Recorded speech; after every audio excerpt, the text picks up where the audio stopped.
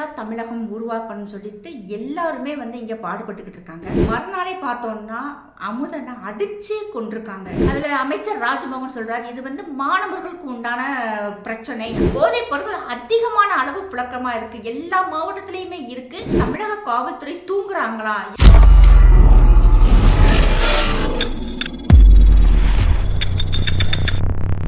வந்தே மாதரம். மக்கள் அனைவருக்கும் வணக்கம். ஆட்சி மாறினாலும் காட்சி மாறலை. ஏன்னா இன்னைக்கு நம்ம தமிழ்நாட்டில் அந்த மாதிரி மோசமான சூழ்நிலை போதையின் மூலமாக நடந்துக்கிட்டு இருக்கு. போதையில்லா தமிழகம் உருவாக்கணும்னு சொல்லிட்டு எல்லாருமே இங்கே பாடுபட்டுக்கிட்டு இருக்காங்க. குறிப்பாக பார்த்தோம்னா ஸ்கூல் பிள்ளைங்க, காலேஜ் பிள்ளைங்க தான் அதிகமாக பாதிக்கப்படுறாங்க.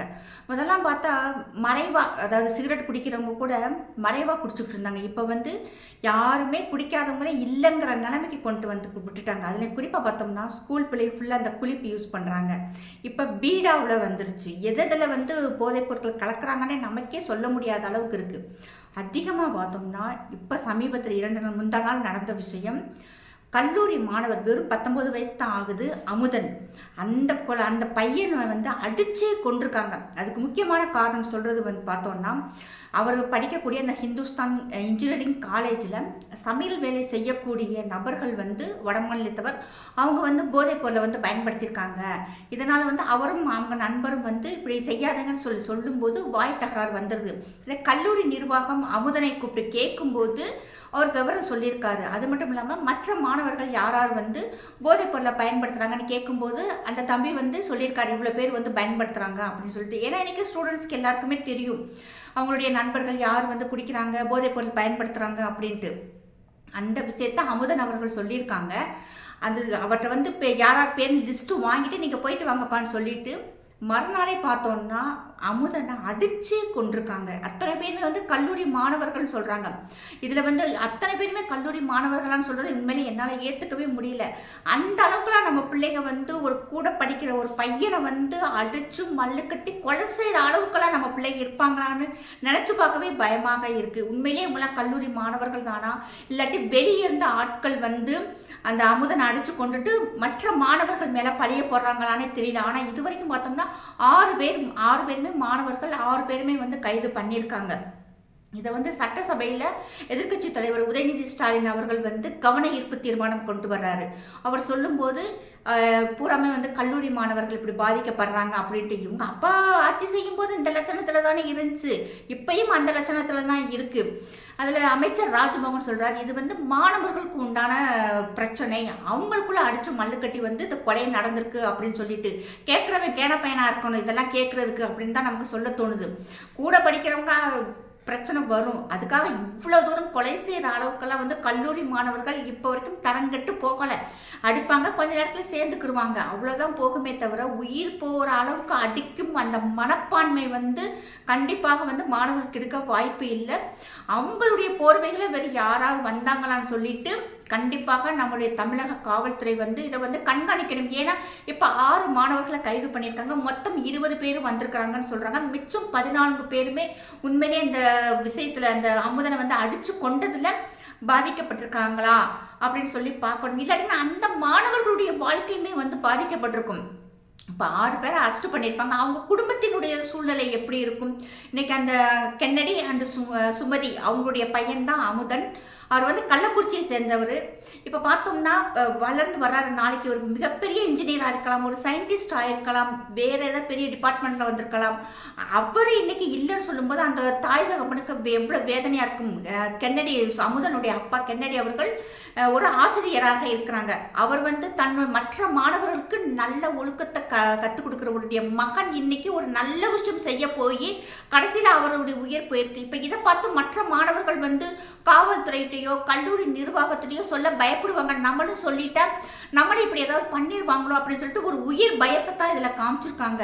கண்டிப்பாக இந்த அமுதன் செஞ்ச விஷயம் நல்ல காரியம். ஆனால் அந்த நல்ல காரியமே அவருடைய உயிரை போக்கிடுச்சுங்கிறதுல உண்மையிலே யாராலையுமே ஏற்றுக்கொள்ளவே முடியாது. தமிழக காவல்துறை நிறைய விஷயங்கள் நல்ல விஷயங்கள் செஞ்சுட்டு வர்றாங்க. ஆனால் இந்த விஷயத்தில் ராஜ்மோகன் அவர்கள் சொன்னது 1% கூட யாருமே ஏற்றுக்கவும் முடியாது. அது எப்படி பிள்ளைங்க அவங்களுக்குள்ள அடிச்சுக்கிறாங்க. இன்னைக்கு காவல்துறையில் கூப்பிட்டு வந்து அவங்களுடைய நண்பன் ஸ்ரீமன் அப்படிங்கிறவங்களை கூப்பிட்டு விசாரிச்சிருக்காங்க. அவர் இந்த விஷயத்தை பூரா சொல்லியிருக்காங்க. முதல் தகவல் அறிக்கையில் அவ்வளோ விவரமும் வந்திருக்கு. அது மட்டும் இல்லாமல் பார்த்தோம்னா கோயம்புத்தூரை சுற்றி இருக்கிற நிறைய பகுதிகள் வளமான பகுதிகள். அவங்களாம் சுயம்பு மாதிரி கோயம்புத்தூர் சைடு அவங்களா கம்பெனி ஆரம்பித்து பல லட்சம் குடும்பங்களை கோவை மண்டலமே வாழ வச்சுக்கிட்டு இருக்கு. அப்படி ஒரு கோவை மண்டலத்தை இன்னைக்கு நாசப்படுத்தணும்னு சொல்லிட்டு போதைப் பொருட்கள் அதிகமான அளவு புழக்கமாக இருக்குது. எல்லா மாவட்டத்திலையுமே இருக்குது. ஆனால் குறிப்பாக பார்த்தோம்னா கோயம்புத்தூர் சைடு அதிகமாக இருக்கிறதுக்கு காரணம் அதிகமான கல்லூரிகள் அங்கிட்டு இருக்குது. இப்போ எங்கள் சைடெல்லாம் பார்த்தா கோயம்புத்தூர் சைடெல்லாம் படிக்க வச்சா பிள்ளைங்க ஒரு நல்ல நாலேஜபிளாக இருப்பாங்க, பிள்ளைங்க ஒழுக்கமாக இருப்பாங்க. நானே நிறைய பேர் சொல்லியிருக்கேன், சஜஷன் பண்ணியிருக்கேன். இந்த காலேஜ் நல்லாயிருக்கும், நீங்கள் அங்கே படிக்க வைங்க, பிள்ளைங்க ஒரு நல்ல டேலண்ட்டாக வருவாங்க, ஒரு ஒழுக்கமாக வருவாங்க அப்படின்னு நம்மளே எத்தனையோ காலேஜஸ் சஜஷன் பண்ணியிருக்கோம். இப்போ இப்படி நடக்கும்போது பார்க்கும்போது நமக்கு சொல்லவே பயமாக இருக்குது. ஏன்னா பிள்ளைங்க உயிருக்கு உத்தரவாதம் இல்லை, போதைப் பொருட்கள் பழகிடுறாங்க, நாளைக்கு வேறு வழியே தவறாக போயிடுவாங்களேன்னு. ஏன்னா இன்னைக்கு எல்லாருமே பார்த்தோம்னா நம்ம மாவட்டத்தில் நம்ம மாநிலத்தில் எல்லாருமே ஒரு குழந்தை 2 குழந்தை தான் வச்சுருக்காங்க. இப்போ அந்த குழந்தையும் பறி கொடுத்துட்டு என்ன பண்ணுவாங்க? இப்போ கோயம்புத்தூரில் கோயம்புத்தூர் மாவட்டத்தை குறி வச்ச மாதிரி தெரியுது. ஒன்று குண்டு வச்சு அந்த மாவட்டத்தை ஒன்றும் இல்லாமல் ஆக்கணும், கோவை மண்டலத்தை, இல்லையா இப்படி பிள்ளைகளை நாசப்படுத்தணும்னு சொல்லிட்டு கங்கணம் கட்டிக்கிட்டு இறங்கியிருக்காங்க. தமிழக காவல்துறை இல்லை கடுமையான நடவடிக்கை எடுக்கணும். அதை குறிப்பாக பார்த்தோம்னா அரவிந்தன் அப்படிங்கிற ஒரு இளைஞரனுடைய வீடியோஸ் பயங்கரமாக வைரலாகி இருக்கு. வாட்ஸ்அப்லேயுமே வந்திருக்கு. ஆண்டாள் பார்த்தோன்னா அவன் வயசுக்கு நல்ல விஷயமா சம்பாதிக்கிறதுக்கு எவ்வளவோ வழிகள் இருக்குது. அந்த ஆள் பார்த்துக்கங்க, எல்லா விதமான களவாணித்தனமும் பண்ணிக்கிட்டு இருக்காப்புல.